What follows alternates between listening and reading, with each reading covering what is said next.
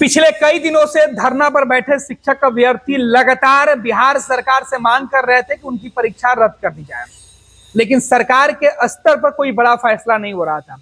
आज सुबह पप्पू यादव बिहार के गवर्नर से मिलने पहुंचे और उसके बाद एक बड़ा जो है वो परिवर्तन दिखा। दरअसल बीपीएससी के अध्यक्ष को राजभवन तलब किया गया, लेकिन ये ऐसे ही नहीं हुआ। इसके पहले छात्र सड़क पर उतरे थे और कई नेता छात्रों के हमदर्द बनने भी मैदान में आए थे। आखिर हुआ क्या, असर क्या हुआ और कौन नेता इस वक्त छात्रों के आंदोलन में सबसे बड़ी भूमिका में है? हमारे साथ हमारे वरिष्ठ सहयोगी विवेकानंद जी है, समझेंगे। विवेका जी, छात्रों का आंदोलन चल रहा था, कई लोग मैदान में आए, तेजस्वी यादव आए, पप्पू यादव आए, पीके भी आए, लेकिन अब तक जो सबसे बड़ी सफलता कि कैसे आप देख रहे हैं और किसको देख रहे हैं? देखिए, तेजस्वी यादव तो गए थे और पत्र भी लिखा था उन्होंने मुख्यमंत्री को, लेकिन दो ऐसे नेता थे, उसमें एक प्रशांत किशोर जिन्होंने अभी हाल फिलहाल में पार्टी बनाई है और नई राजनीति इन्होंने शुरू की है, और पप्पू यादव पहले भी धरना स्थल पर गए थे और संभवतः रात में उन लोगों के साथ एक रात उन्होंने बिताया था। पप्पू यादव सुबह सुबह राजभवन जाते हैं। कल जब पटना में प्रदर्शन हुआ छात्रों का, प्रशांत किशोर उस प्रदर्शन का नेतृत्व किया और इसके बाद डाक बंगला चौराहे पर जेपी गोलंबर पर जब पुलिस और प्रदर्शनकारियों में झड़प हुई, लाठीचार्ज हुआ, बड़ी संख्या में जो अभ्यर्थी थे, जो छात्र थे, वे चोटिल भी हुए। हालांकि इस दौरान प्रशांत किशोर वहां नहीं दिखे थे। कल के बाद आज की राजनीति की अगर हम बात कर लें, दो नेता यानी कि प्रशांत किशोर और पप्पू यादव, दो नेता आज सक्रिय हुए छात्रों के आंदोलन को लेकर के कि हम छात्रों को न्याय दिलाएंगे, बीपीएससी का री एग्जाम हो, इसके लिए हम सरकार पर दबाव बनाएंगे। सुबह सुबह पप्पू यादव राजभवन के गेट पर पहुंचते हैं और वे राज्यपाल से जाकर के मुलाकात करते हैं। मुलाकात के बाद जब वे बाहर निकलते हैं तब वे कहते हैं कि हमने सारी बात बताई है, राज्यपाल ने हमारी बातों को गंभीरता से सुना है और कार्रवाई का आश्वासन दिया है, और साथ ही राज्यपाल महोदय ने यह भी कहा है कि हम बीपीएससी से इस पूरे मामले की जानकारी लेंगे, बीपीएससी अध्यक्ष से।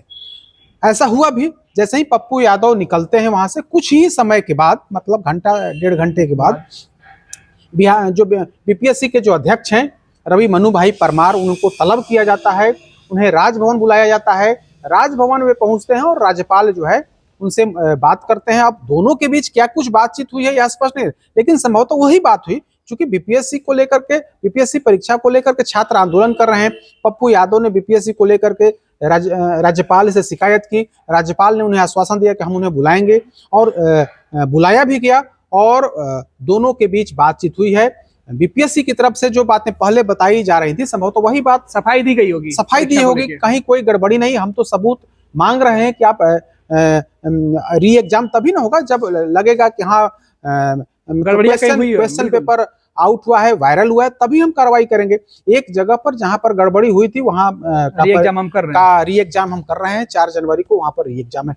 इन सारी बातों की जानकारी राजभवन में बीपीएससी के अध्यक्ष ने दी राज्यपाल को। उसके बाद जब आप अब देखिए, प्रशांत किशोर इसी बीच कूदते हैं मैदान में और वे पहले प्रेस कॉन्फ्रेंस करते हैं और उसके बाद कहते हैं कि चीफ सेक्रेटरी से बात हुई है। चीफ सेक्रेटरी ने जो प्रतिनिधिमंडल है, छात्रों का जो प्रतिनिधिमंडल है, 5 लोगों को बुलाया है। 5 लोग गए भी, 5 जो छात्र नेता थे। हालांकि जी ये डेलीगेशन कल से मुख्य सचिव तो कल से ही छात्रों को बुला रहे थे। बिल्कुल, प्रशांत किशोर कल उन्होंने यह बातें कही थी कि चीफ सेक्रेटरी ने बुलाया है डेलीगेशन को और उनसे बात करेंगे। आज वो डेलीगेशन गया, चीफ सेक्रेटरी से मुलाकात हुई और डेलीगेशन जब निकलता है तो छात्र कहते हैं कि हाँ, उन्होंने हमारी बात को सुना है, लेकिन कोई निर्णय नहीं हुआ है। उन्होंने कहा है कि मुख्यमंत्री से हम लोग बात करेंगे, चूंकि मुख्यमंत्री यहाँ है नहीं, मुख्यमंत्री दिल्ली में है और संभवतः वे जब पटना पहुंचेंगे तो चीफ सेक्रेटरी उनसे बात करेंगे। लेकिन जिस तरह से प्रशांत किशोर इस मामले में आए और पप्पू यादव भी इसमें कूदे, तो पप्पू यादव का एक्शन दिखा कि बीपीएससी के अध्यक्ष को तलब किया गया। बीपीएससी के अध्यक्ष को राजभवन बुलाया गया। बीपीएससी के अध्यक्ष ने अपनी बात राज्यपाल से बताई और उसके बाद अब क्या होगा यह स्पष्ट नहीं है। लेकिन पप्पू यादव जब इसमें कूदे तो निश्चित तौर पर, अब तक बीपीएससी के अध्यक्ष को मुख्यमंत्री नहीं बुलाया था, मुख्यमंत्री ने उनसे कोई बात भी नहीं की। लेकिन राज्यपाल ने एक बात की है बीपीएससी के अध्यक्ष से। तो जो परीक्षार्थी हैं, जो आंदोलनरत छात्र हैं, जो अभ्यर्थी हैं, उनको लग रहा है कि बीपीएससी के अध्यक्ष से राज्यपाल ने बात की तो हो सकता है कुछ पॉजिटिव हो। लेकिन अभी तक मुख्य सचिव यानी कि बिहार सरकार की तरफ से इस मसले पर कुछ नहीं किया गया, सिर्फ और सिर्फ आश्वासन दिया गया है कि हाँ मुख्यमंत्री आएंगे तब हम लोग इस पर विचार करेंगे। अब देखने वाली बात होगी मुख्यमंत्री आते हैं तो क्या इस पर विचार होता है, क्या निर्णय होता है। इधर बिहार लोक सेवा आयोग तो अपनी बात पर अडिग है कि वे 4 तारीख को परीक्षा लेंगे और री एग्जाम कराने का कहीं कोई सवाल नहीं है। तो आज दिन भर, कल दिन भर यह गतिविधि रही। कल गांधी मैदान में छात्रों का प्रदर्शन हुआ और उसके बाद ये लोग मुख्यमंत्री का घेराव करने निकल गए। तो जेपी गोलंबर पर बवाल हुआ। हालांकि इस दौरान प्रशांत किशोर वहां से निकल गए। उनके निकलने के 40-45 मिनट के बाद वहां पर लाठीचार्ज हुआ और जो है सो मतलब छात्रों को वाटर कैनन का प्रयोग किया गया। यानी कि पुलिस ने सख्ती बरती, प्रशासन ने सख्ती बरत करके उस पूरे आंदोलन को वहीं पर रोक दिया गया। इसमें लाठीचार्ज में कई छात्रों को, कई अभ्यर्थी जो है उनको चोट भी लगी। तो कुल मिलाकर के कहें तो इन 2 नेताओं ने, एक नेता राजभवन गए, दूसरे की तरफ से एक प्रतिनिधिमंडल चीफ सेक्रेटरी के यहाँ भिजवाया गया है। अब लेकिन दोनों स्तर से, यानी कि दोनों जगह से अभी तक कुछ सार्थक परिणाम जो है वो नहीं निकला है। एक यह तो जरूर दिख रहा है कि बीपीएससी के अध्यक्ष को तलब कर करके यह मैसेज देने की कोशिश हुई है कि पप्पू यादव का प्रयास कहीं ना कहीं थोड़ा, यानी कि 1-2% उसमें लग रहा है कि बीपीएससी के अध्यक्ष को तलब किया गया है। हो सकता है कि राज्यपाल इस मसले पर, चूंकि राज्यपाल का तबादला हो गया है, वे जाने वाले हैं, तो ऐसे में क्या राज्यपाल के स्तर से अब कोई कार्रवाई, राज्यपाल मुख्यमंत्री से बात करेंगे या क्या कुछ होगा यह स्पष्ट नहीं है। लेकिन इतना जरूर है कि पप्पू यादव सुबह सुबह जब राजभवन गए तो निश्चित तौर पर ऐसा लगा, मतलब थोड़ा ही लगा कि कुछ हो सकता है। पप्पू यादव की मुहिम रंग लाई एक तरीके से। बिल्कुल देखिए, जहां पर कोई बात सुनने के लिए तैयार नहीं था, पटना के डीएम हो या कोई वरिष्ठ अधिकारी को सुनने के लिए तैयार नहीं था, वहां पर राजभवन ने, राज्यपाल ने बातें सुनी। राज्यपाल ने बातें ही नहीं सुनी बल्कि उस पर अमल होते हुए दिखा। और जो बिहार लोक सेवा आयोग के अध्यक्ष हैं रवि मनु भाई परमार, उन्हें राजभवन तलब करके पूरी जानकारी ली गई। अब उस जानकारी के बाद राजभवन क्या करता है, राज्यपाल क्या करते हैं, यह क्लियर नहीं है। क्योंकि राजभवन को यह अधिकार नहीं है कि सीधे कोई फैसला ले लीजिए। वो सरकार से सलाह लेंगे, सरकार तक अपनी बात को पहुंचाएंगे और मुख्यमंत्री के स्तर से उस पर कुछ हो सकता है। दूसरी तरफ आप देखिए, प्रशांत किशोर ने 5 लोगों को वहां पर भेजा और चीफ सेक्रेटरी ने उनकी बातें सुनी और उसके बाद, लेकिन उन्होंने भी तो हाथ खड़ा कर दिया कि भाई हम कुछ नहीं कर सकते हैं, मुख्यमंत्री आएंगे। यानी कि सरकार जब पटना में आएगी तो मुख्यमंत्री से हम राय लेंगे और उसके बाद हम आगे की कार्रवाई करेंगे। तो उसमें कहीं कुछ दिखता नहीं, क्योंकि मुख्यमंत्री तो बिहार में कोई, यह जो आंदोलन है कोई एक दिनों से तो हो नहीं रहा है, एक हफ्ता से आंदोलन चल रहा है। मुख्यमंत्री को हर बात की जानकारी है। ऐसा तो नहीं होगा दिल्ली में है तो बिहार में जो आंदोलन हो रहा होगा उन्हें जानकारी नहीं होगी, अधिकारी उन तक बात पहुंचा रहे होंगे, लेकिन उनके स्तर से तो कोई कार्रवाई नहीं हुई है।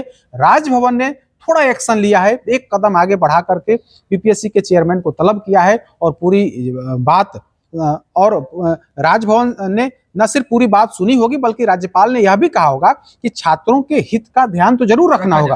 अगर छात्रों को ऐसा लगता है कि कहीं कोई गड़बड़ी हुई है और अगर उसमें प्रमाण मिलता है तो आपको आगे की कार्रवाई करनी चाहिए और जांच करा करके जो यथोचित हो वो कार्रवाई करनी चाहिए। राजभवन से जरूर ऐसा कहा गया होगा। अब देखने वाली बात होगी क्या कुछ होता है, लेकिन पप्पू यादव का यह प्रयास कह सकते हैं कि यह प्रयास थोड़ा पॉजिटिव जो है वो दिख रहा है। बिल्कुल, पप्पू यादव जब धरना स्थल पर छात्रों के साथ, उन्होंने कहा कि वो खुद छात्रों के साथ रहेंगे, छात्रों के साथ उन्होंने रात भी गुजारी, अगले दिन भी वो छात्रों के पास पहुंचे।